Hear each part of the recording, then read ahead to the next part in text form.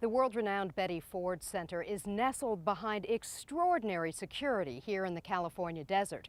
For young adults, the 90-day treatment program costs more than $60,000. And that high price may not be the only challenge. Everybody in the world, when I told them where she was going, was like, oh my God, she could not be going to a better place. If you want your person to get better, that's where they need to go. Just days after Darlene Earhart's daughter started her treatment program at the Betty Ford Center, 23-year-old Bethany was calling home, frantic and sobbing. And she said, Mom, you got to get me out of here. She said, this place is terrible. There's so much drama. There is total chaos. She's like, there's drugs everywhere. I've got to get out of here. I'm going to relapse if I stay here.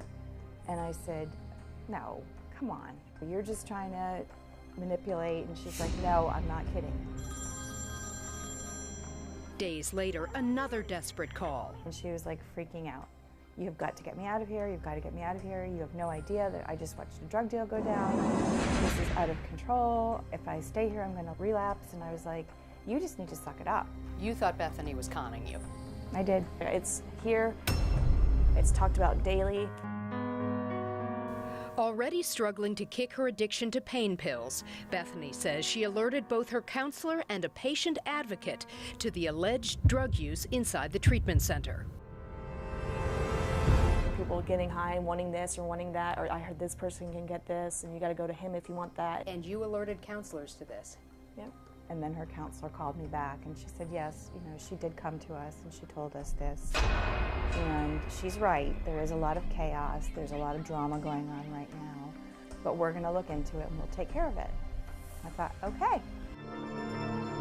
But according to Darlene and Bethany, the situation only deteriorated. And other clients were going up to staff saying, I've heard about this today, something needs to be done before, like Sunday visitation, anything. Sundays are visiting days at Betty Ford, and according to Bethany, drug delivery days. Deals, she says, were widely discussed. It was like the anticipation building up, like it's coming on Sunday, like we know it's going to go down. On a Sunday in early June, Bethany says she got high on heroin brought in by a visitor. She says she shot up with a used needle. You relapsed at Betty Ford. Her counselor got on the phone and she said, please don't blame her. This is not her fault. We failed. We put her in a situation where she was a sitting duck. Like in the back of my mind earlier that day, I knew that staff already knew about it. I'm gonna get caught. That it can be brought in by flower deliveries. Betty Ford is not the only rehab center now grappling with these issues. So are others nationwide. Nearly 3,000 miles away at a VA facility in New Jersey, 7 people have been accused of distributing heroin, crack cocaine, and other drugs to residents. 5 of them were staff members. The indictments reveal that housekeepers, kitchen staff, and even a VA ambassador delivered the drugs to fellow veterans, housed at the facility to overcome their addictions. It's similar to someone sneaking in donuts to a weight loss center or a fat farm. It's something that is just the price of doing business. The Earhart story took an even stranger turn when Darlene's multiple calls to Betty Ford executives went unreturned. Again, she reached out to Bethany's counselor. She said, well, you know, I don't know if you've seen the news, but we are trying to merge with Hazleton. So we are trying to keep this under wraps. And I said, well, that's not really my concern. My concern is my daughter. Eventually, Darlene exchanged emails with Betty Ford's then CEO, in which he wrote, "We take your concerns very seriously. We will conduct an investigation into this situation." Yeah, I was told by a couple different people that I spoke to that there had been at least 3 that were let go, that were directly involved. But the Betty Ford Center never notified her formally of its findings. The facility simply FedExed her a full refund for Bethany's 10-day stay. I was shocked. Never in a million years would I have expected that. I knew of the reputation. That's why she was there. The Betty Ford Center responded to our inquiries in an email, noting the facility has 0 tolerance for drug use on campus, has had a very small number of patients trying to get drugs on campus during its 31-year history. And when drug use has been discovered, despite our precautions, we act immediately, and we do more than stop the specific use discovered.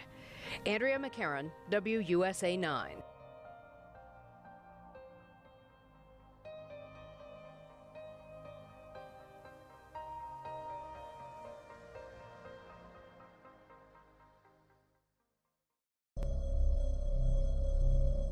Are radical Muslim jihadists training right under our noses on American soil?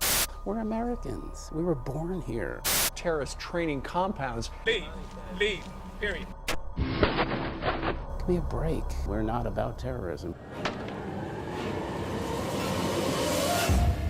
America should be worried. Allahu Akbar. Sami Allahu liman hamidah. Allahu Akbar. Inside a mosque in a remote southern Virginia county that's so rural there isn't even a single stoplight, the Muslims of America bow down in prayer. Illallahu la ilaha. More than 7,000 miles away in Pakistan, Sheikh Mubarak Jilani serves as their guide, the spiritual leader over this village in Red House and 21 others nationwide. I owe him my life. We have extreme loyalty to him. He's like a father to us. If it wasn't for him, I wouldn't be about to go to medical school. I wouldn't. I'd be in Philadelphia, living life with no hope and nowhere to go. Congratulations. In fact, the Muslim cleric is so influential over his followers that he names their children. She is 7 days. Her parents anxiously await the Sheikh's name choice. Are you part of Al-Qaeda? Why should I be part of it? I don't. I'm a reformer, educationist, and I am not part of anybody. Sheikh Jilani is a mysterious figure in the Islamic world. He himself was a very violent and very dangerous individual. He is also the man Wall Street Journal reporter Daniel Pearl was meeting in 2002 when he was abducted and beheaded. Pearl was following a tip that shoe bomber Richard Reed had trained at one of Sheikh Jilani's alleged camps in Pakistan. Advanced training course in Islamic military warfare. C4 नहीं है, C3 है. It's almost to the point where we buy the story up front. Oh, we're just a group of individuals of like mind that choose to live together and defend ourselves. That was the same case in the Branch Davidians at Waco. Terrorism experts say the Muslims of America is a front group for a radical organization known as Jamaat al-Fuqra, also founded by Sheikh Jilani. He's just not involved in that. He doesn't do that. He would never tell us to kill our own people. He would never tell us to do anything that would jeopardize our freedom in this country. That's dangerous. That's the jihadists next door. That's where the U.S. really needs to reconsider how we address these organizations. We're not about terrorism. We're about being the best people that we possibly could be and being the best Muslims that we possibly could be, and that's not a bad thing. There's 21 families, so there's about 21 houses. The Muslims of America deny any connection to al-Fuqra, and we visited their village to explore the striking disconnect between internet-fueled perception and reality. And in many cases, that larger purpose is violence against either the U.S. or its allies. Some disturbing information about the spread of homegrown terrorists. We feel normal, and then you turn on the news and then you read about yourself and you're like, are you serious? You know, I just volunteer with United Way and my wife works with Red Cross. So it's like, seriously? The group knows it's under the microscope and is sensitive about that scrutiny. That's why residents refer to the guardhouse on their property as a reception booth. sometimes it's just ignorance. Sometimes people just don't know, and you're afraid of what you don't know. But in Colorado in 1989, police raided a storage locker belonging to the Muslims of America and uncovered a cache of weapons. They've recovered assault weapons, AK-47s, M16s, M14 rifles, pre-made pipe bombs, and several that were already primed and ready to fire. Also in the locker were plans for future attacks and targets. We have had many members or ex-members that have been removed because of their history of crime. Okay, and with any organization with a large amount of people, you're going to have people that are just bad apples. The group is widely skeptical of the media. Throughout our visit, they videotaped us while we videotaped them. What reason would we have to hate America? I mean, we live here. This is our home. Walking down Sheikh Jelani Lane, the main road through the village, the mayor and organization spokesman said he's baffled by the accusations. We denounce all forms of terrorism. Absolutely. Roughly 60 people live here in modest trailer homes. Their children are homeschooled. It's the most beautiful thing in the world to me because I came from Brooklyn, New York, where everyone was an individual. And I come here and I live in this village and we're a family. The majority of the men work in neighboring towns, as do many of the women. The concept of deception is key. They still all appear to be random victims. After the D.C. area sniper attacks of 2002, reports surfaced that Red House harbored John Muhammad and Lee Boyd Malveaux between their deadly attacks. Really? That's news to me.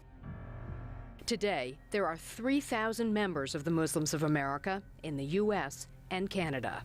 I think when they first came in, back in the mid-90s, early to mid-90s, there was some concern about it. Pretty much everybody's gotten used to them. For the most part, it's quiet with them so far. So just to be clear, the Muslims of America is not a hate group. No. Is not a terrorist group. No. Does not hate Christians. No. Does not hate Jews. Is not anti-Semitic. No. It was very scary. In fact, the village itself has been targeted. They didn't shoot from the road. They came onto the property to shoot that. In December of last year, a trespasser pumped bullets into their sign. There's nothing concrete that says that this is a terror compound, though there's enough circumstantial evidence that would lead one to believe that. You're not just going to come up here anytime you want to spread this daggone lies. As for that angry man who smacked his cane against a television crew's car window, I already called the police. I'm sick of this. The group says the crew had trespassed onto private property and approached the man's children, asking if they knew they were living on a terrorist training compound. We're American citizens. We haven't broken any laws. We haven't done anything wrong. This is not a terrorist village. You have to show us some evidence because we don't see it here. The U.S. should be worried.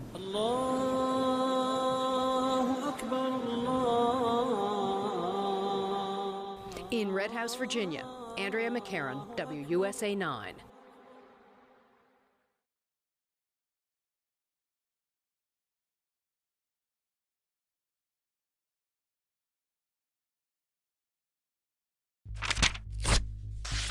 It's just ridiculous, it really is.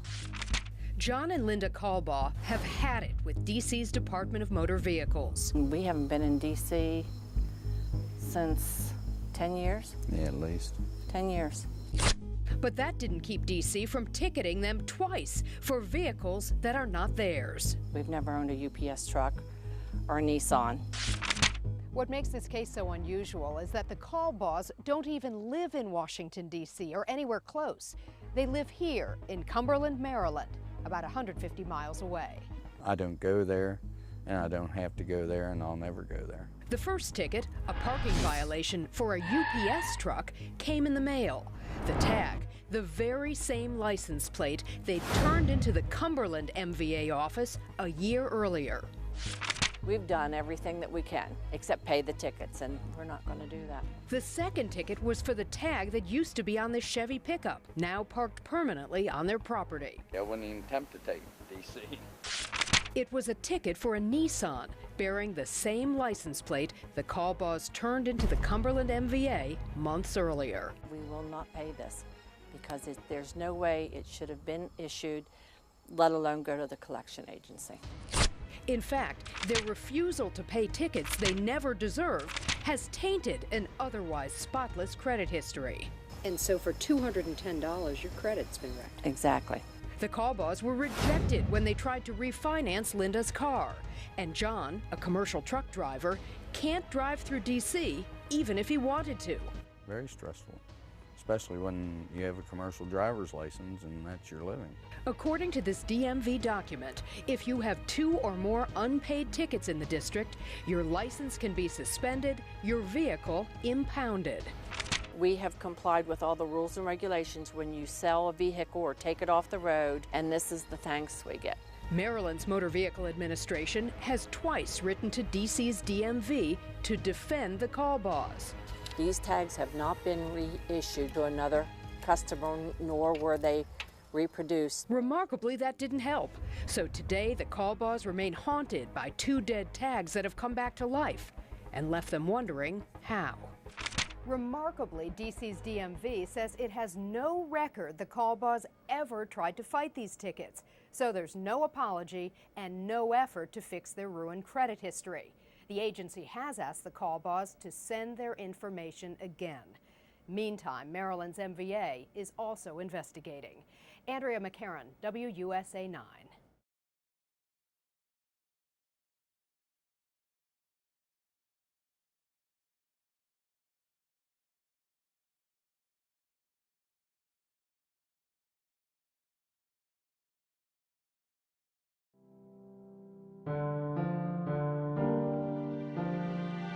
I want my mom. I need my mom. I need my home. You know, I don't have anything here. Sophia Petrova was a 15-year-old freshman at Chantilly High School in Virginia when her mother brought her to the airport and told her she was going on a 3-week vacation to Siberia to meet her birth father. It was almost like a living nightmare. When Sophia landed, she says her mother changed her story and said she'd be there for a long time. And to be tricked by her own birth mother. For her birth mother, I want to say, what in the world are you doing? Who would do that? What kind of human would send her daughter to another country and not want her? Born in Russia, Sophia came to the United States at the age of 2. Her mother had a student visa. Sophia is now living in Novosibirsk, Siberia, more than 5,800 miles from Chantilly. It's one thing for someone to say such a thing, it's another for someone to actually do it. Sophia says when she arrived, she spoke no Russian, and her birth father spoke no English. I guess it was a form of punishment, maybe. In 2 lengthy emails, Sophia's mother, Natalia Roberts, and her stepfather, James, ironically an immigration attorney, described Sophia's behavior as uncontrollable. Failing classes at school, stealing more than $1,000 from her parents, running away from home, using drugs, and bringing boys into the house without permission. She never did drugs. She never smoked, nothing. She may drink a little, but all teenagers do that. Her stepfather wrote, "The behavior was becoming worse, and we saw no solution." No, I would just be happy just to be on American soil. Sophia's mother added, sending Sophia to her father, grandparents, uncle, aunt, and cousin was not an easy choice, but it was the right choice. Just to send a child to a different country where she doesn't know the language, she doesn't know anybody, and just shipped her off. It doesn't make sense to me. Sophia's friends in Virginia are now scrambling to try to bring her back to the U.S. before she turns 18 in March. Sophia says the embassy in Moscow told her the chances of getting a visa will diminish when she becomes an adult. Food was a big problem. There was hardly ever any food. After several tumultuous months living with her birth father, Sophia went to a children's center. Plunged into a deep depression, she says she tried to kill herself. She told me that her dad is an alcoholic and beats her. Today at 17, Sophia is on her own, living in the Siberian hotel where she works. Financially, I support myself. I work 60 hours a week. I pay for my school tuition right now. In a series of heartbreaking emails, one of Sophia's teachers corroborated her story of dire conditions at her birth father's home. I hope that she understands that I'm not doing this to make her look bad, doing this just because I don't have any other option. In Chantilly, Virginia, Andrea McCarran, WUSA 9.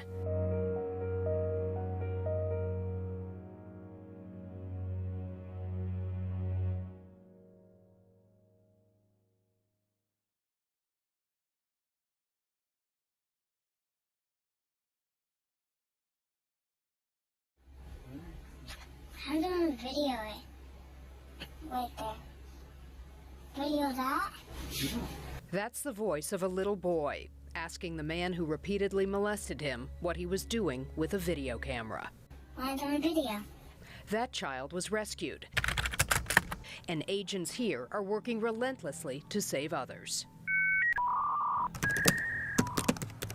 One by one, they piece together an intricate puzzle and uncover a set of clues that convince them the victim and abusers are in the United States. But unlike a jigsaw puzzle, investigators don't have a clear sense of the final picture. It was one of those aha moments. Agents raced to Kansas when they spotted this highway sign in the background of a graphic photograph of child exploitation. We drove every highway in the state of Kansas that ran east and west and started with a 2.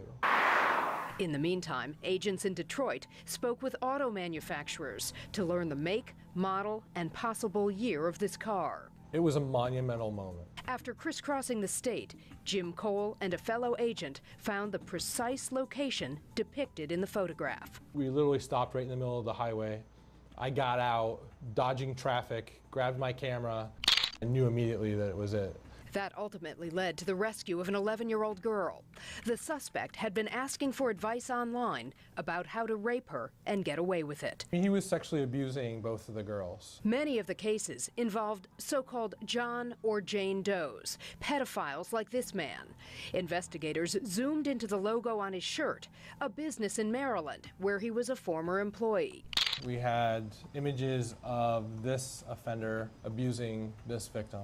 When pornographic material was discovered involving this child and the older woman next to her, agents narrowed down the location to Minnesota by studying the trees and their catch. We took a look at the fish, we consulted with scientists. This office sign provided a critical clue. I mean, if you've been there, then you know where this is.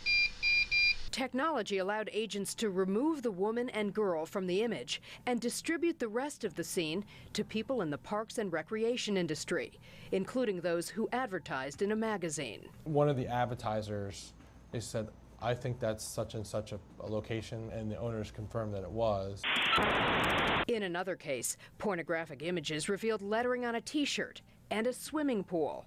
The palm tree in the background and a building with a number on it were all that investigators needed. And I know the building numbers are very kind of unique to government installations, and particularly the military. In the end, those clues led agents from a preschool in Virginia Beach, Virginia, to a Pearl Harbor military community in Hawaii. The District of Columbia is unique in that it's the only jurisdiction in the country where investigators can get a nationwide John or Jane Doe arrest warrant for suspects who are not identified, either by name or by location. What we were dealing with was a video depicting an adult male engaged in oral sex with a prepubescent female, 11 years old. This John Doe was arrested within 24 hours of his photograph being released to the public.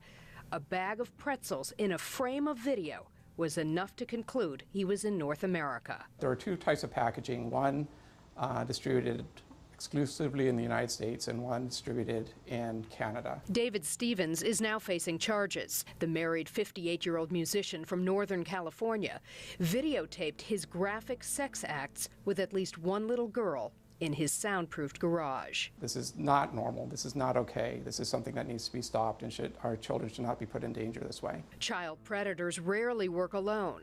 Most are actively engaged with online communities where the currency isn't cash, but fresh images of children, and often an escalation of the crimes committed against them, including torture. The more rare, the newer, sometimes the more extreme material, the higher its value.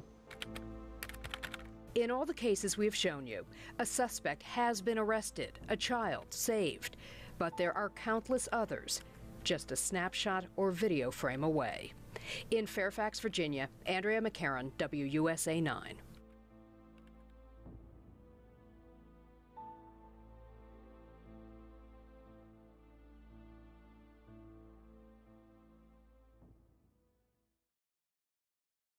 We agreed to conceal the identities of the alleged victims in this case.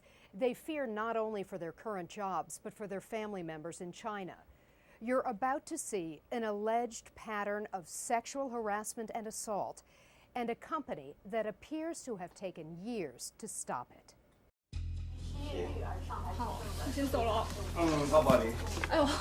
This disturbing video, shot on an iPhone by a female reporter, captures the alleged advances of Zhenju Liu, the former Washington bureau chief of Phoenix Television. Hey,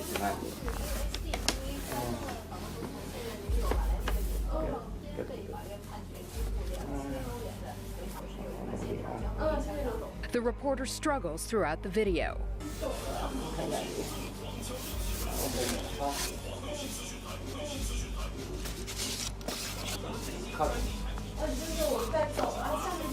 This Liu is, in fact, According to the allegations in this federal lawsuit, Liu repeatedly preyed on vulnerable young women in the D.C. and New York bureaus of Phoenix Television, interns, reporters, and even job candidates. He threw his arms around me, and then he touched my butt, and then he tried to kiss me on the lips, but I ducked, and so he kissed my neck. He suddenly hugged me very tightly, and I tried to push him away, but he will try to hug harder. He did all that by force. Their stories are strikingly similar. He was saying things like, "Why are you so beautiful?" and "You have very beautiful eyes." He was saying, "You have beautiful eyes." He always say that I am pretty and I know how to make myself very presentable.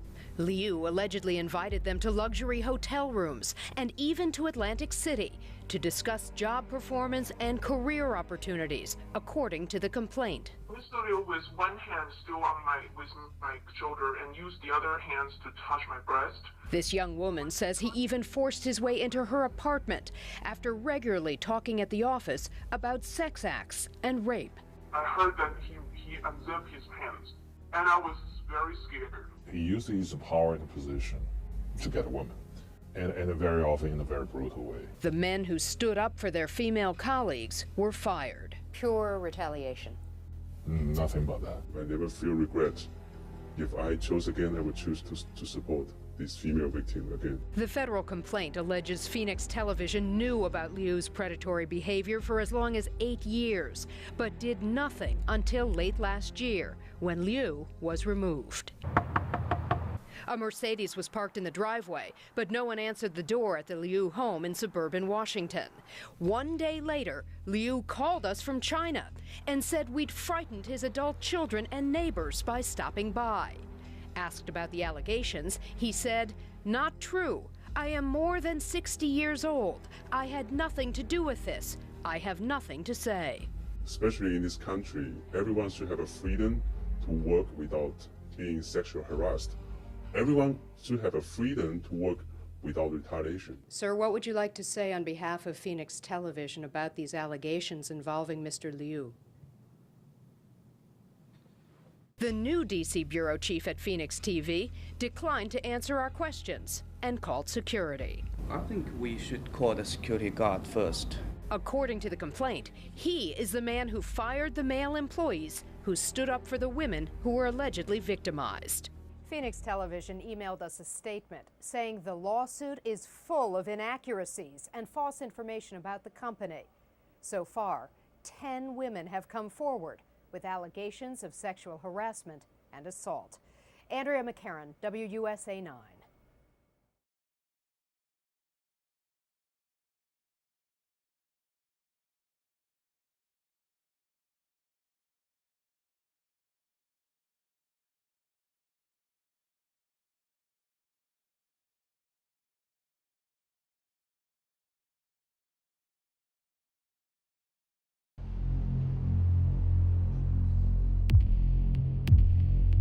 You know, I looked at post 20 years as a death sentence, to be quite honest. This isn't 20 years. You sentenced Paul to death. A death sentence because 27-year-old Paul Smith is mentally ill and locked up in Maryland's only maximum security prison, the North Branch Correctional Institute in Cumberland. As far as we know, he's not receiving any treatment. Medication? Not that we're aware of. Convicted of a string of unarmed home burglaries, Paul was sentenced to a staggering 80 years, 60 of which were suspended. Paul has by far gotten more than people who have taken someone else's life. Paul's parents further allege he has been held in isolation here since 2009 because of his inability to conform to prison rules. The Department of Corrections calls it segregation. The Smiths call it solitary confinement. For people with mental illness, solitary confinement is shattering. They get sicker, they mutilate themselves, they attempt suicide, and often they succeed. Over the last 2 years, the Smiths say the prison upped his punishment, preventing all calls and visitors indefinitely, even his own parents. That's probably one of the most destructive things that you could possibly do to someone with mental illness. That is, number one, going to create great suffering, and number two, almost certainly going to aggravate his mental illness. It may also be illegal under federal law.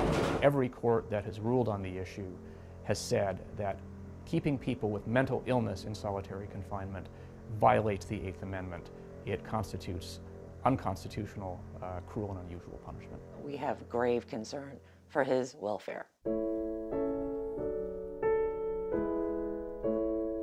Diagnosed with autism and ADHD at a young age, Paul was later treated for bipolar disease, paranoia, impulse control, and explosive disorders, among others. Paul was about 2 years old in this photo. He won an array of Special Olympics medals, but there were years the family lived in fear that mentally ill Paul would eclipse kind-hearted, loving Paul. He was in my car, and he took out a knife, and he said, "This is a very sharp, sharp knife," and he proceeded to cut his seat. No, you better get ready for, war. It was war. It was war. The Smiths tried conventional punishments like grounding him or taking away his television. It never worked. And if you did any of those, there's hell to be paid. There was a huge tantrum. He was going to retaliate. It wasn't like he was going to sit in his room, well, fine, I don't like my parents anymore. That's when property was going to get destroyed. You were going to have to barricade yourself in a bedroom to keep him from getting at you. When Paul turned 18, he gained the legal right to refuse medication and other treatment. Maryland laws need to change. Get my son the help that he greatly and gravely needs right now. The Smiths are not asking for Paul to be freed from prison. They are begging the system to provide him with help. It just never goes away. No matter where Paul's at, no matter where he's, we're always thinking about him. We're thinking of the next way to help him. A lot of doors have been closed in our faces, but you know what? Someday we'll open the right door.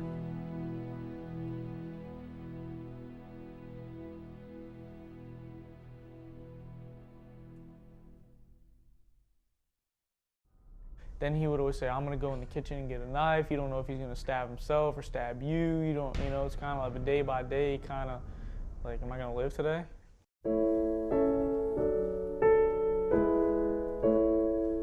Photographs depict a happy family, but look closely at one holiday picture and you'll see a teenage boy with an electronic monitoring device on his ankle.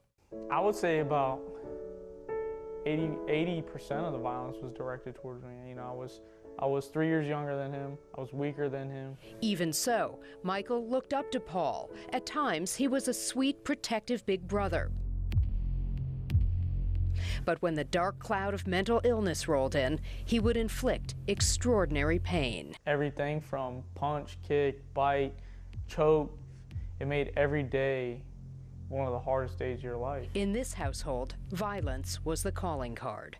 The violence was so extreme. You think of everyday brothers fighting, just kind of push and shove and little, maybe a little hit and it's done. No, this is hours long worth of fighting, bloodshed and police coming to the house, and it was a broken home, when the mental illness really took over. Paul was diagnosed with autism and ADHD at a young age, later treated for bipolar disease, paranoia, impulse control, and explosive disorders, among others. I remember my parents telling me, he doesn't feel good, he's sick, he doesn't understand why he's doing these things. This was, family dinner. Today, Paul sits behind bars at North Branch, Maryland's only maximum security prison. His inability to conform to prison rules has led to more punishment. All visitors and phone calls have been banned for the last 2 years, even from his parents. He was so unrecognizable. I didn't even recognize him, how thin he was, how long his hair was, how long his beard was, how just unclean he was. Only after we started asking questions about Paul's condition was his family invited to visit him. They were stunned at how much he had deteriorated. Delusional, talking about seeing things that don't even exist, talking about how people are skin-covered robots and how this black blob takes over his body and he doesn't know why, and how he can't get a shower because electrical impulses in his body. And it was just rough. And then he would look at us and say, "Don't you understand?" Separated by glass, Paul's family was unable to hug him, unable to offer their mentally ill son a reassuring touch. It was very gut-wrenching. It was almost to the point where we no longer knew Paul. He was gone. He was still there. His body was still there, but his mind was just gone.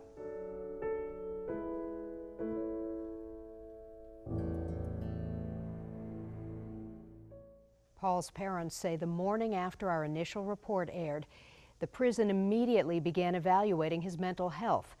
The Department of Corrections says our reporting had nothing to do with that all inmates are evaluated when they enter a prison, and that mental health treatment is available, although it's often refused.